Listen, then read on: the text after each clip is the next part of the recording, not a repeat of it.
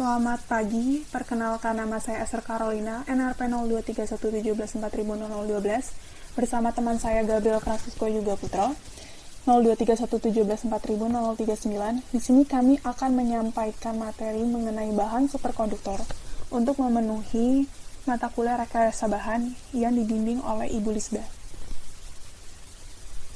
Bahan superkonduktor pada kali ini kami akan menjelaskan outline-nya, yaitu pendahuluan, definisi superkonduktor, tipe-tipe superkonduktor, perkembangan superkonduktor, dan aplikasi superkonduktor. Sebelumnya perlu kita ketahui bahwa superkonduktor ini memiliki sifat material yang menjadi topik pembicaraan dan penelitian yang paling populer pada saat ini. Kenapa? Karena superkonduktor ini mempunyai keuntungan seperti transmisi listrik yang efisien, yang mana tak ada lagi kehilangan energi selama transmisi. Perlu kita ketahui juga definisi superkonduktor. Apa sih definisi superkonduktor itu? Merupakan suatu material yang tidak memiliki hambatan pada suatu nilai suhu tertentu. Di sini yang perlu digarisbawahi adalah tidak memiliki hambatan, yaitu nilai resistansinya bisa mencapai 0 pada suatu nilai suhu tertentu. Jadi di sini grafik ini membandingkan antara normal metal. Jadi di sini ada normal metal lain, sedangkan di sini adalah bahan superkonduktor ya. Di sini ada bahan superkonduktor.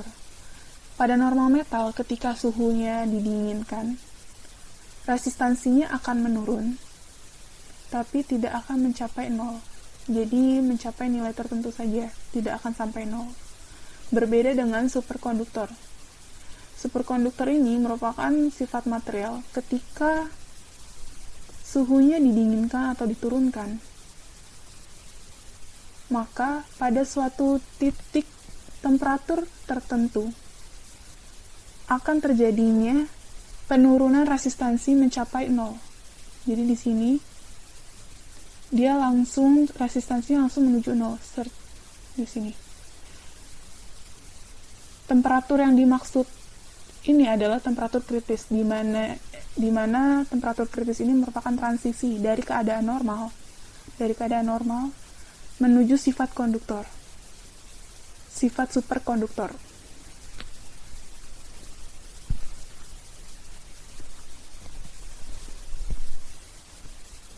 Di sini superkonduktor dijelaskan lagi bahwa merupakan suatu material yang mempunyai karakteristik dapat mengalirkan arus listrik tanpa mengalami hambatan di mana resistivitas menjadi 0. Jadi yang seperti sebelumnya dijelaskan, walaupun terjadinya resistansi yang menuju 0, di sini ketika sedang terjadinya transisi, arus listrik tetap berjalan seperti biasa. Sebenarnya superkonduktor ini bisa saja berupa konduktor, semikonduktor, ataupun insulator. Pada keadaan ruang, suhu, di mana terjadi perubahan sifat konduktivitas menjadi superkonduktor, disebut dengan temperatur kritis. Jadi temperatur kritis ini yang menunjukkan bahwa dialah superkonduktor. Berbeda dengan normal metal tidak mempunyai temperatur kritis. Jadi sifat superkonduktor ini dapat dilihat dari temperatur kritisnya ada atau tidak. Jika ada, maka terjadinya penurunan resistansi hingga mencapai 0 nilainya.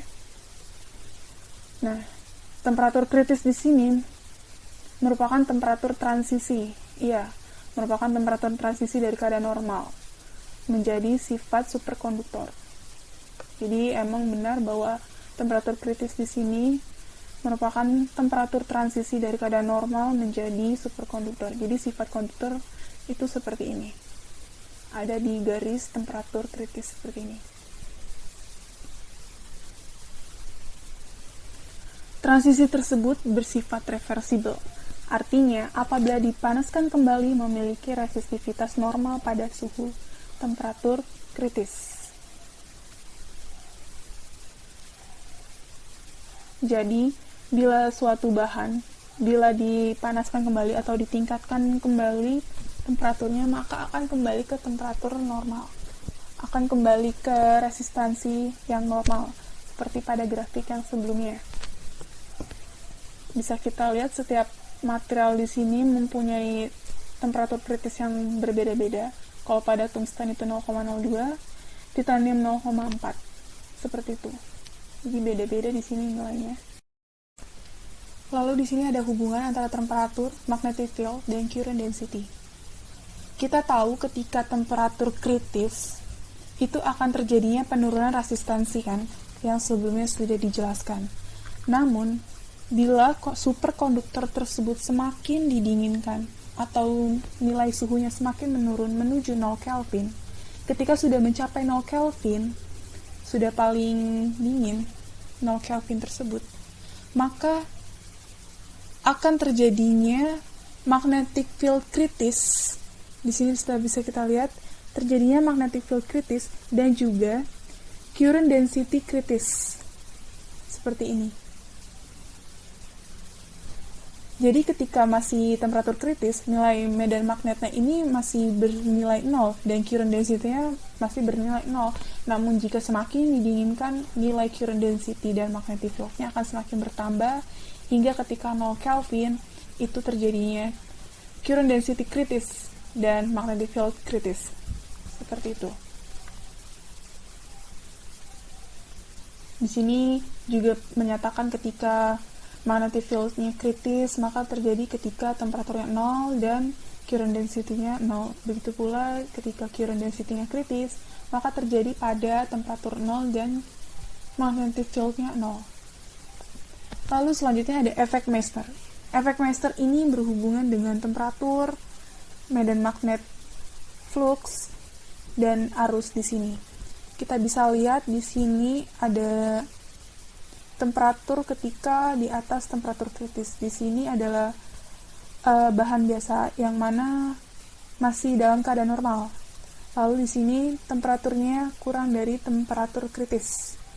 Ketika temperaturnya di atas temperatur kritis, medan magnet, fluxnya ini masih menembus bahan tersebut, jadi masih menembus seperti ini. Namun, pada gambar ini, ketika temperaturnya semakin didinginkan, kurang dari temperatur kritis, maka fluxnya ini pada medan magnet tidak lagi bisa menembus bahan tersebut, tapi hanya bisa melalui permukaannya saja, seperti ini. Di sinilah yang membuktikan bahwa superkonduktor terjadi ketika temperatur kritis tersebut. Sehingga ketika semakin didinginkan, terjadinya arus yang membentuk kumparan seperti ini. Ini yang membedakan ketika kurang dari temperatur kritis dan lebih dari temperatur kritis. Seperti itu. Pada gambar yang di sebelah kanan, di sini merupakan implementasi atau gambar. Kalau kita lihat, di sini ada putih-putih. Putih-putih ini menunjukkan dari flux medan magnetnya. Jadi bisa kita lihat, di sini flux medan magnetnya hanya melewati permukaannya saja. Artinya, bahan ini merupakan superkonduktor ketika temperaturnya di bawah temperatur kritis. Sehingga medan magnetnya bisa kita lihat hanya melalui permukaan-permukaannya saja. Seperti itu. Lalu selanjutnya ada teori London. Nah, teori London ini menjelaskan dalam bahan superkonduktor arus listrik akan mengalir di bagian permukaannya saja. Ini seperti efek Meissner yang tadi. Teori ini mendukung efek Meissner yang tadi. Hal ini berbeda dengan arus listrik dalam konduktor biasanya yang mengalir secara merata di seluruh bagian konduktor. Lalu bisa kita lihat nih pada grafik ini ya. Pada keadaan normal, ketika medan magnetnya itu 0, maka fluxnya juga 0. Namun ini berbeda dengan superkonduktor. Superkonduktor ini terbagi dua, yaitu superkonduktor tipe 1 dan superkonduktor tipe 2.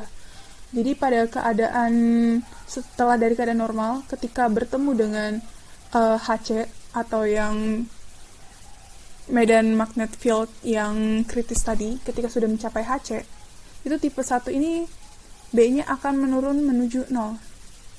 Seperti itu. Namun berbeda dengan tipe 2. Tipe 2 ini terjadinya penurunan medan magnet ini terjadi secara kurva atau kuadrat bentuknya. Terjadi seperti ini. Tidak selinear pada keadaan normal. Seperti ini. Jadi pada tipe 1 akan terjadinya penurunan medan magnet B secara garis lurus pada HC saja. Jadi ketika sudah sampai HC, dia langsung menuju 0 B-nya. Namun kalau pada tipe 2, pelan-pelan atau dia melalui kurva ini, seperti kurva ini, seperti itu. Jadi tidak selinear pada keadaan konduktor biasa. Selanjutnya ada teori BCS. Lalu pada teori BCS ini dikatakan bahwa elektron-elektron dalam superkonduktor selalu dalam keadaan berpasang-pasangan dan seluruhnya berada dalam keadaan kuantum yang sama. Pasangan-pasangan ini disebut pasangan Cooper. Lalu oleh karena itu juga keadaan kuantum mereka semuanya sama, suatu elektron tidak dapat terhambur tanpa mengganggu pasangannya. Padahal pada suhu temperatur yang kurang dari temperatur kritis, getaran kerangka tidak memiliki cukup energi untuk mematahkan ikatan pasangan tersebut. Akibatnya mereka tahan terhadap hamburan, jadilah bahan tersebut pada superkonduktor. Jadi teori BCS ini menjelaskan bahwa elektron-elektron yang pada superkonduktor ini berpasang-pasangan dalam keadaan kuantum yang sama yang disebut dengan pasangan Cooper. Karena keadaan kuantum yang sama tersebut kan, jadi elektronnya tidak dapat terhambur tanpa mengganggu pasangannya. Padahal suhunya itu di bawah suhu kritis, seperti itu. Berdasarkan interaksinya dengan medan magnet, superkonduktor dibedakan menjadi dua tipe. Yang pertama, superkonduktor tipe 1. Menurut teori BCS, superkonduktor tipe 1 dijelaskan menggunakan pasangan elektron, atau yang sering disebut pasangan Cooper. Pasangan elektron bergerak sepanjang terowongan penarik yang dibentuk ion-ion logam yang bermuatan positif. Akibat dari adanya pembentukan pasangan dan tarikan ini, arus listrik akan bergerak dengan merata dan superkonduktivitas akan terjadi. Pada tipe ini, terjadi peristiwa unik, di mana medan magnet luar yang cukup kecil pada bahan superkonduktor akan menginduksikan arus. Arus tersebut akan menimbulkan medan magnet induksi dalam bahan ini sendiri, sehingga induksi magnetik total dalam bahan bernilai 0 atau diamagnet sempurna. Salah satu ciri superkonduktor tipe ini ditandai dengan efek Meissner, yakni gejala penolakan medan magnet luar oleh superkonduktor. Bila kuat medannya melebihi batas kritis, gejala superkonduktivitasnya akan menghilang. Bisa dilihat grafik magnetisasinya. Pada superkonduktor tipe 1 akan terus-menerus menolak medan magnet yang diberikan hingga mencapai medan magnet kritis. Kemudian dengan tiba-tiba bahan akan berubah kembali keadaan normal.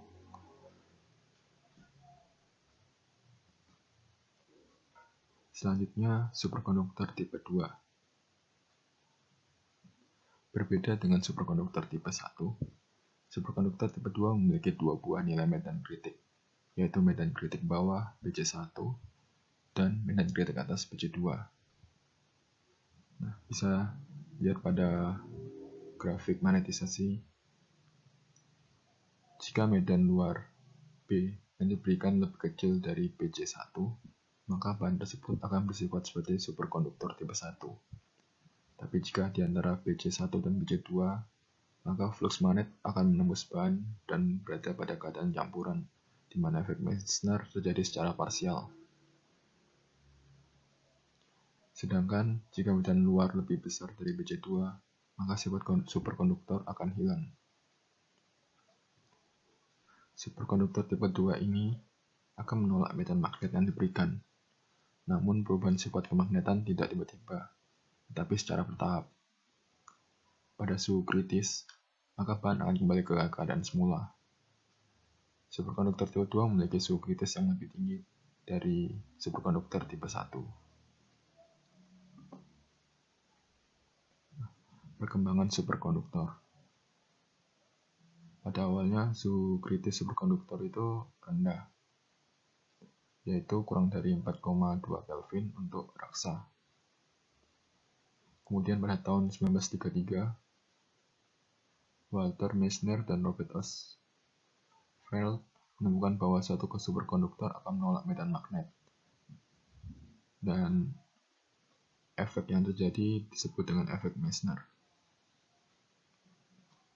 Pada tahun 1986, Alex Muller dan Georg Bethnus berhasil membuat suatu keramik yang terdiri dari unsur latanum, barium, tembaga, dan oksigen yang bersifat superkonduktor pada suhu tertinggi pada waktu itu, 30 Kelvin. Penemuan tersebut menjadi spektakuler karena keramik selama ini dikenal sebagai isolator dan tidak mengalirkan listrik sama sekali pada suhu ruang. Baru pada bulan Februari 1987, ditemukan suatu keramik yang bersifat superkonduktor pada suhu 90 Kelvin. Karena suhunya cukup tinggi dibandingkan dengan material superkonduktor yang lain, maka material tersebut diberi nama superkonduktor suhu tinggi. Dan untuk mendinginkannya dapat digunakan nitrogen cair. Suhu tertinggi suatu bahan superkonduktor saat ini adalah 138 Kelvin, yaitu untuk suatu bahan yang memiliki rumus HgBaCu0.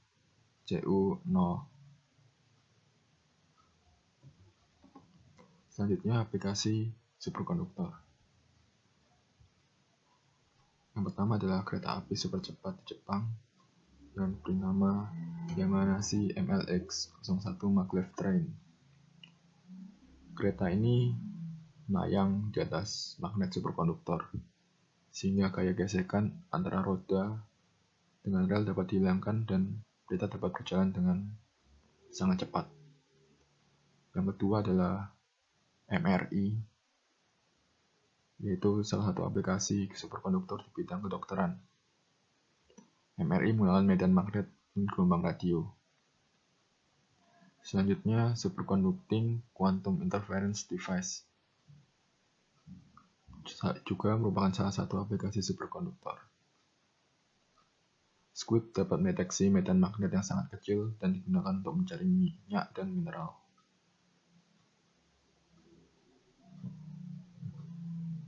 Selanjutnya, superkonduktor juga diaplikasikan di bidang listrik, yaitu untuk menaikkan efisiensi dari generator. Kemudian yang terakhir, pada bidang perkembangan komputer, terdapat komputer tercepat yang memanfaatkan device superkonduktor. Komputer tersebut dikembangkan oleh NASA dan berbagai universitas. Nah, komputer ini dapat bekerja dengan kecepatan yang sangat tinggi. Sekian presentasi dari kami. Terima kasih atas perhatiannya.